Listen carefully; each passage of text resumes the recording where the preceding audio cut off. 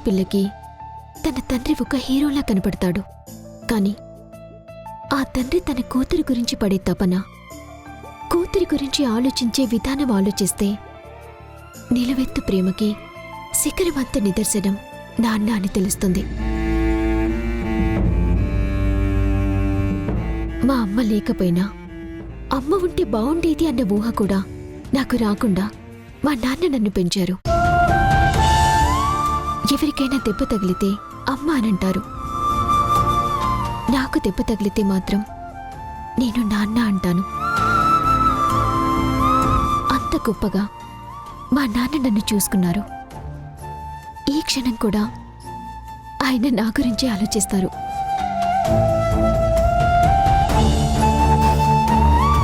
ఎందుకు నాన్న మీకు నేనంటే అంత ప్రేమ అంటే, ప్రాణాన్ని ప్రేమించకుండా ఎవరుంటారమ్మా అని అడుగుతారు.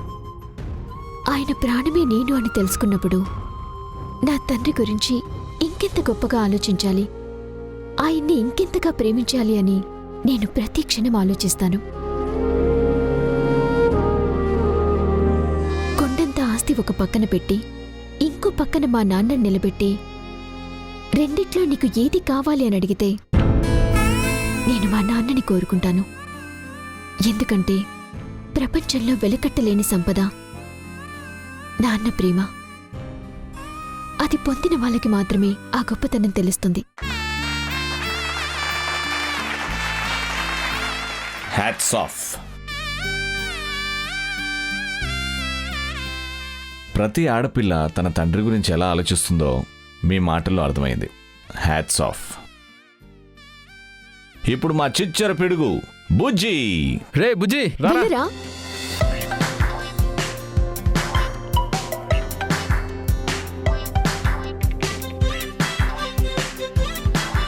నీకు ఏమంటే ఇష్టమో చెప్పు.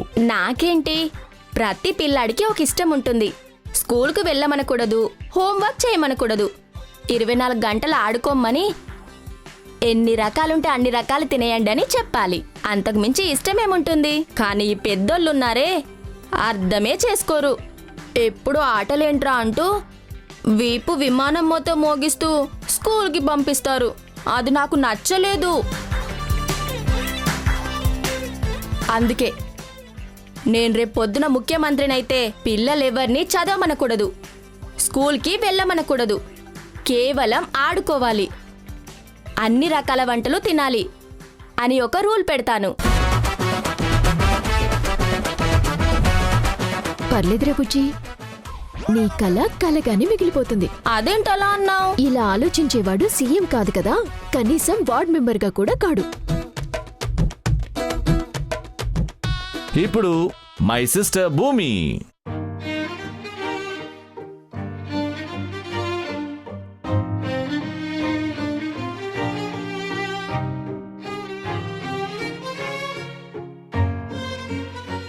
నీ మనసు ఒక పుస్తకం అయితే అందులో ఏం రాస్తావో చెప్పు.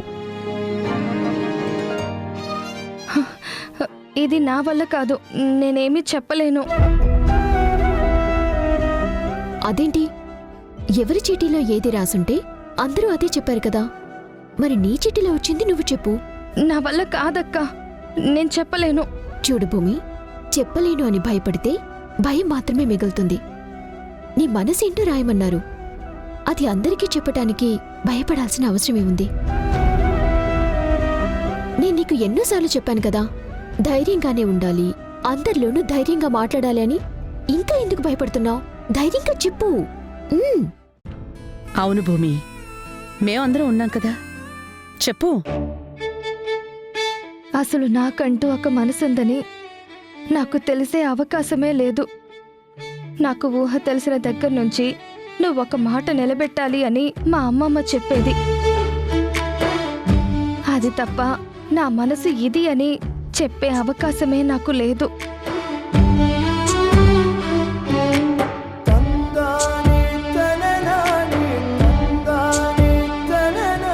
నువ్విది చెయ్యి, నువ్విలాగే ఉండు, నీ జీవితం ఇది అని అందరూ చెబుతూ ఉంటే నేను విన్నాను తప్ప నేనేంటో నేను ఎప్పటికీ తెలుసుకోలేకపోయాను.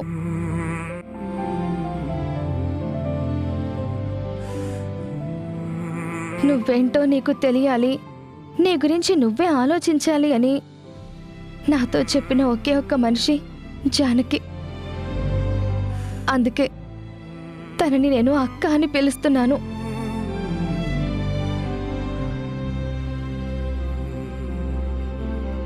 తను కూడా నన్ను అంతే ప్రేమగా చూసుకుంటుంది. కానీ నా మనసు అనే దాని గురించి ఎవ్వరూ ఆలోచించలేదు. అందులో ఏముంది అని ఎవ్వరూ అడగలేదు. వారు అనుకున్నది నాకు చెప్పారు. అది నేను చెయ్యాలి అని శాసించారు. అదే జరుగుతుంది అని హెచ్చరిస్తున్నారు.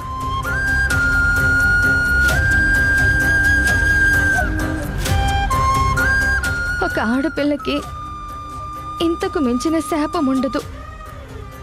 నీకు ఇష్టమా అని అడగకుండా ఇది మా ఇష్టం, నువ్వది చెయ్యాలి అని చెప్పి ఇదే శాసనం అంటే ఏ ఆడపిల్ల కూడా తన మనసుని బయటికి చెప్పలేదు.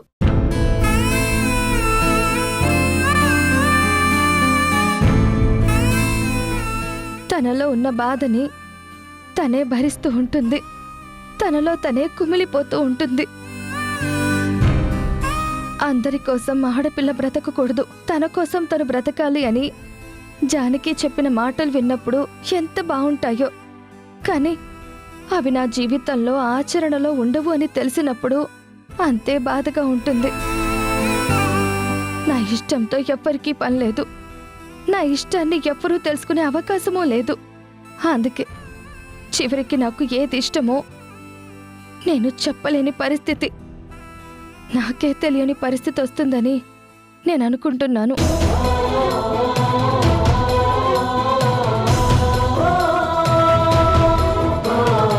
ఆ దేవుడు నా జీవితాన్ని రాసేశాడు. దాంట్లో మార్పు ఉండదని చెప్పేశారు.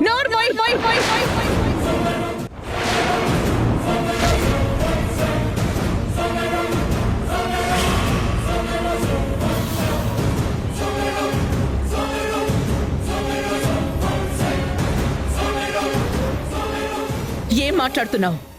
అంటే నీ మీద అందరూ పగబట్టారు అని చెప్పాలి అనుకుంటున్నావా? లేదా మా ఇష్టాన్ని కాదనాలి అనుకుంటున్నావా? అదేంటండి, తను ఏమనుకుందో అది చెప్తోంది. దాని గురించి మీరెందుకంత సీరియస్ అవుతున్నారు? ఏయ్, నీకేం తెలుసని మాట్లాడుతున్నావు?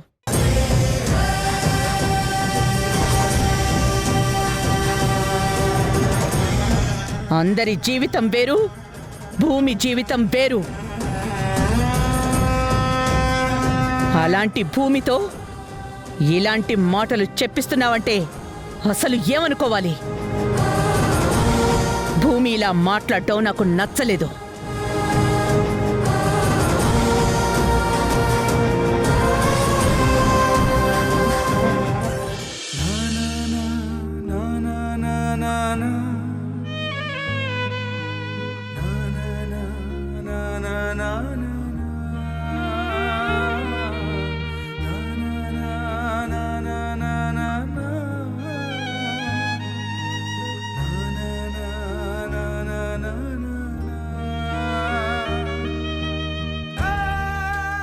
అదేంటి రుద్ర, ఇంటికో గెస్ట్ వచ్చారు. తను అందరితో హ్యాపీగా ఉన్నప్పుడు నువ్విలా మధ్యలో గట్టిగా అరిచొచ్చేస్తే ఏమనుకుంటారు? ఏం జరిగిందో మీరు కూడా చూశారు కదా. మళ్ళీ ఇప్పుడు ఎందుకు ఇలా అంటున్నారు? నిజమే మమ్మీ, భూమి అలా మాట్లాడి ఉండకూడదు, తను అలా బిహేవ్ చేసి ఉండకూడదు. ఇది భూమి తప్పే, దాన్ని నేను కాదన్ను. నువ్వు ఇలా వచ్చేస్తే అందరూ నీ గురించే అనుకుంటారు కదా. ఇది భూమి తెలివితేటలు కాదు, ఆ జానకి చెప్పింది. జానకి తన పక్కనుంటే భూమిలో మార్పు వస్తుంది అని అత్తయ్య చెప్తుంటే ఏంటో అనుకున్నాను. కానీ మరీ ఇంతలా మార్పు వస్తుందని ఊహించలేకపోయాను. ఇప్పుడు ఎవరు ఏమీ మాట్లాడద్దు, దయచేసి నన్ను ఒంటరిగా వదిలేయండి. మమ్మీ, నీ కోపం భూమి మీద ఉంది, అది నాకు అర్థం అవుతుంది. కానీ నువ్వు అలా వచ్చేస్తే అందరూ నిన్ను అపార్థం చేసుకుంటారు. పద మమ్మీ, బయటికి వెళ్దాం. చెప్పాను కదా నన్ను ఒంటరిగా వదిలేయమని. అమ్మా కుముద, మీ అమ్మ మనసేంటో నాకు బాగా తెలుసు. తను భూమి గురించి ఎంతో గొప్పగా ఆలోచించింది. దక్ష కూతురని తన నెత్తి మీద పెట్టుకుంది. తన చెల్లికిచ్చిన మాట నిలబెట్టుకోవాలని తను అనుక్షణం కలలు కంది. తన కూతురువైన నీకన్నా ఎక్కువగా భూమి గురించి ఆలోచించింది. అలాంటి భూమి ఈ రోజు ఇలా మాట్లాడేసరికి రుద్ర తట్టుకోలేకపోతుంది. తను బయటికి గంభీరంగా కనిపించిన చాలా సున్నితమైన మనసమ్మా.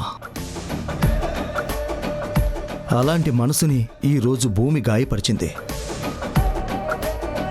ఇది కేవలం ఆ భూమి తెలివితేటలు కాదు డాడీ, ఆ జానికి తెలివితేటలు కూడా. అందుకే భూమిని ఇలా మార్చింది. భూమిని మనకే శత్రువులాగా తయారు చేస్తుంది. నేను ముందు నుంచి భయపడుతూనే ఉన్నాను, అదే జరిగింది. మమ్మీకి ఇంకా ఈ సంగతి అర్థం కావట్లేదు. ఇక మీరిద్దరూ ఆపుతారా? నేను ఒంటరిగా ఉండాలనుకుంటున్నాను. దయచేసి మీరిద్దరూ బయటికి వెళ్ళండి ప్లీజ్.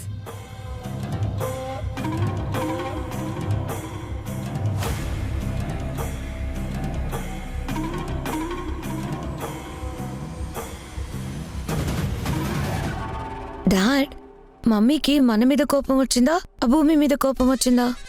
భూమి మీద కోపం ఉందమ్మా. ఇప్పుడు మనం చెప్పిందంతా తన చెవులకి ఎక్కుతుంది, కానీ సమాధానం చెప్పే పరిస్థితిలో లేదు కాబట్టి అలా సీరియస్గా ఉంది. నిప్పు రాజుకుంది కదా, అది జ్వాలలా మారడానికి మన వంతు పెట్రోల్ మనం పోస్తూనే ఉన్నాం. ప్రస్తుతానికి తను అలా ఒంటరిగా ఉంది. కింద జరిగింది, ఇప్పుడు మనం చెప్పిన విషయాలు మొత్తం తన తల్లో తిరుగుతూ ఉంటాయి. భూమికి జానకి ఒకేసారి చెక్ పడుతుంది.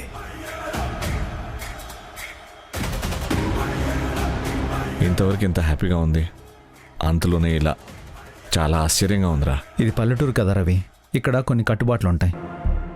భూమి అలా మాట్లాడేసరికి అత్తయ్య తట్టుకోలేకపోయింది. అసలు భూమి చేసిన తప్పే ఉంది. చీటీ తీసిన వాళ్ళు వాళ్ళకు వచ్చింది చేశారు. అలాగే భూమి కూడా తన అభిప్రాయం చెప్పింది. అందులో అత్తయ్య తిట్టడానికి ఏముందో నాకైతే అర్థం కాలేదు. మనందరి సంగతి వేరు, భూమి సంగతి వేరు. భూమి విషయంలో ఏం జరుగుతుందో నీకు కూడా తెలుసు కదరా. నేను ఆ గేమ్ ప్లాన్ చేసి ఉండకూడదురా. నా వల్ల ఇదంతా జరిగిందేమో అనిపిస్తుంది. హేయ్, ఇందులో నువ్వు చేసింది ఏముందిరా? సరదాగా అందరినీ నవ్వించాలని నువ్వు ఓ ప్రయత్నం చేశావు, కానీ చివరి నిమిషంలో ఇలా జరుగుతుందని ఎవరూ ఊహించలేకపోయారు. సరే, ఇక నేను బయలుదేరుతాను. ఏయ్ రవి, భోజనం రవి గారు, ఈ ఊరికి ఇంటికి వచ్చిన గొప్ప వ్యక్తి మీరు. ఇప్పుడు ఇలా వెళ్ళిపోతాను అంటే ఇక్కడ అందరూ బాధపడతారు. మీరు భోజనం చేసి వెళ్ళాలి. వద్దు జానకి, అందరి మూడు పాడైపోయింది. ఈ టైంలో భోజనం కరెక్ట్ కాదు. ఇంకోసారి వస్తాను కదా. రవి గారు, మీరు ఎన్నిసార్లైనా రావచ్చు, కానీ ఈ రోజు తినకుండా వెళ్తే అది ఎప్పటికీ లోటుగానే ఉండిపోతుంది. జరిగింది ఇదే జరిగింది. ఆకలితో వెళ్ళటం మర్యాద కాదు, అది బొబ్బిలి వంశానికి గౌరవం కూడా కాదు. అవును రవి, ఈ ఇంటికి వచ్చిన వాళ్ళు భోజనం చేయకుండా వెళ్ళారు అంటే అత్తయ్య కూడా అంగీకరించదు. పద భోంచేద్దువు గాని. నేను ఒక్కడనే ఇలా తినాలరా? సరే, నీతో పాటు నేను అన్నయ్య కంపెనీ ఇస్తాం. పద. సరే రండి. పదండి.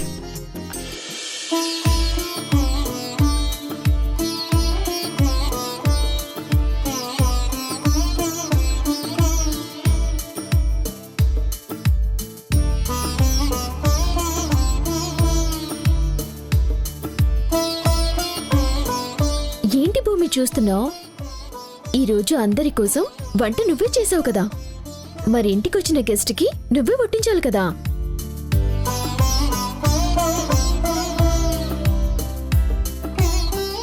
భూమి, నీ గురించి భార్గవ్ నాకు పూర్తిగా చెప్పాడు. నీ చిన్నతనం నుంచి నువ్వు వాళ్ళ దగ్గరే పెరిగావంటగా. నీ భయం గురించి కూడా చెప్పాడు. ఈ రోజుల్లో కూడా ఆడపిల్లలు ఇలా ఉన్నారంటే నాకు చాలా ఆశ్చర్యంగా ఉంది. నిన్ను చూశాక అమాయకత్వం ఎలా ఉంటుంది అంటే నీలానే ఉంటుందని చెప్పొచ్చు.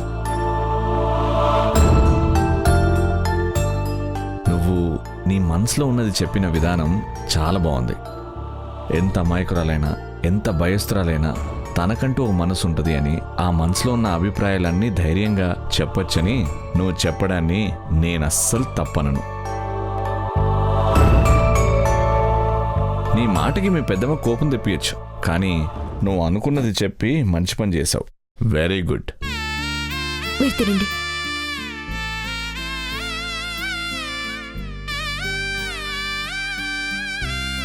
భూమి, ఇది నిజంగా నీ చేతి వంటనా?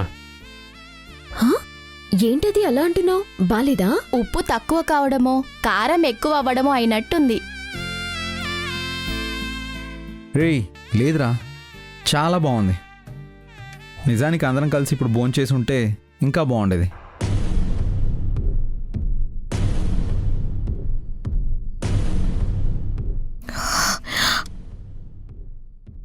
అమ్మా కుముదా, ఎక్కడికి? డాడీ, అన్నీ తెలిసి కూడా అలా అడుగుతారేంటి? మనం చేసింది మర్చిపోయావా?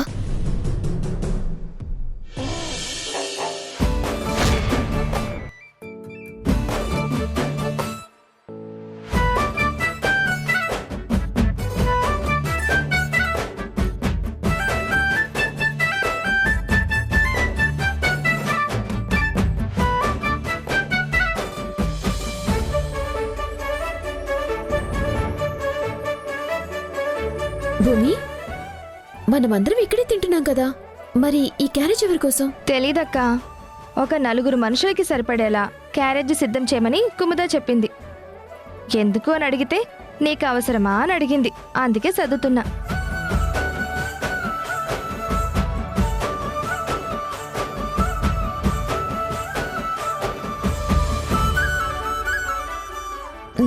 పనంతా అయిపోయింది కాబట్టి మనం వెళ్ళి వాళ్ళని పిలుచుకునొద్దాం. దా.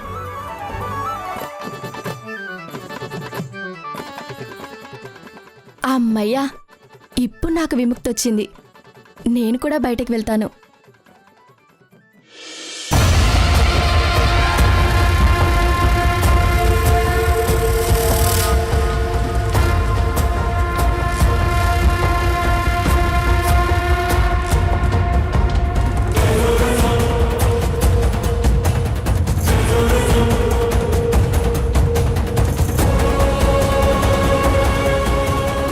ఈ ఫుడ్ తిన్నాక అందరికీ వాంతులు విరోచనాలు పట్టుకుంటాయి.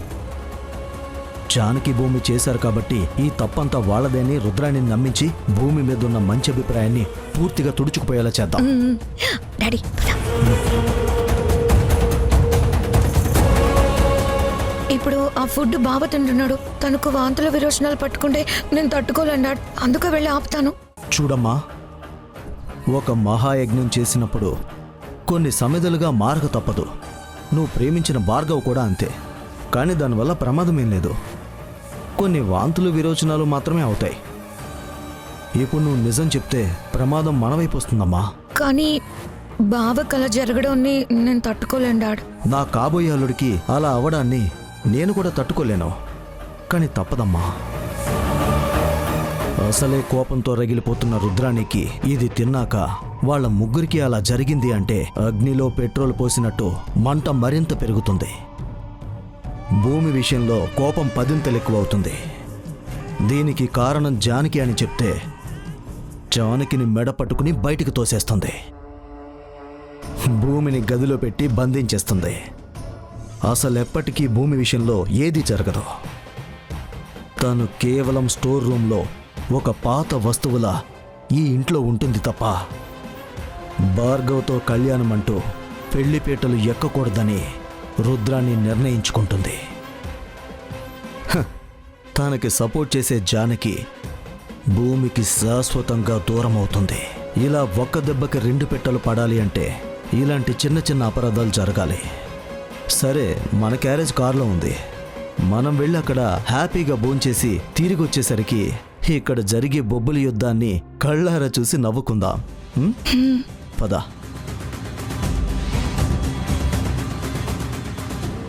నీకు జానకి ఇద్దరికీ స్పెషల్ థ్యాంక్స్. మళ్ళీ ఇంకోసారి వస్తాను కదా. ఈసారి మీ పెళ్ళికి వచ్చి నేను చేసే రచ్చ మామూలుగా ఉండదు. రచ్చ రచ్చ చేసి డబ్బులు తగ్గేదలే అనిపిస్తా. నువ్వేదో బాగా నచ్చింది కదా. ఇది వడ్డించిన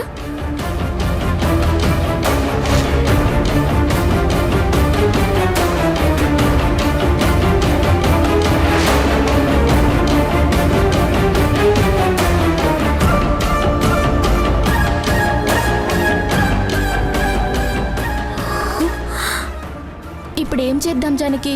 నిన్ను భూమిని బుక్ చేయడానికి వీళ్ళ పనిచేశారు. ఇప్పుడే వెళ్ళి ఆ రుద్రాణి గారికి చెప్పు.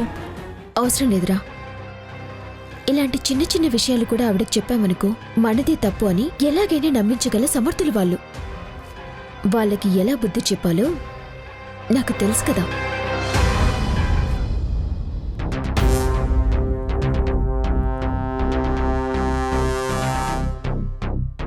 ఇదేంటమ్మా, ఇప్పటికే వస్తా అన్నారు కదా, ఇంకా రాలేదేంటి? అక్కడొక యజ్ఞం జరుగుతోందిరా. అది పరిపూర్ణంగా చేశాకే వాళ్ళు ప్రశాంతంగా ఇక్కడికొస్తారు. ఆ ఇంట్లో అన్నయ్య కుముద తలుచుకుంటే జరగకుండా ఎందుకుంటుంది? అక్కడ జానకి ఉంది కదా, దాని కన్ను తప్పించి మనం అనుకున్నది చెయ్యాలి అంటే కొంచెం టైం పడుతుంది.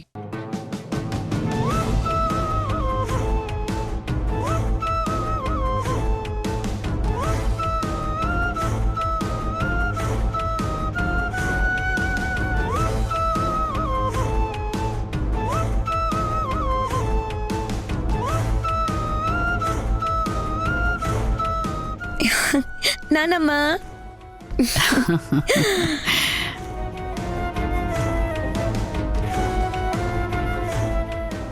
నా బంగారు తల్లి, ఈ రోజు ఎంత ముద్దుగా ఉన్నావో. నన్ను ఆశీర్వదించు నానమ్మా.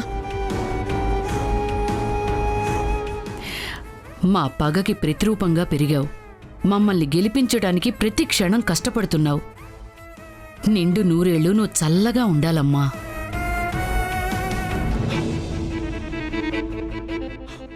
మీరెవరూ ఏమీ మాట్లాడొద్దని చెప్పాను కదా. ఇంకోసారి చెప్పే పరిస్థితి మాత్రం తెచ్చుకోకండి. ఇక్కడ భూమి మాత్రమే మాట్లాడాలి. చెప్పు, మా అమ్మిచ్చిన మాట నిలబడాలి అంటే నువ్వు భార్గవ్తో తాళి కట్టించుకోవాలి. అది నీకు ఇష్టమా కాదా? నిజం చెప్పు భూమి.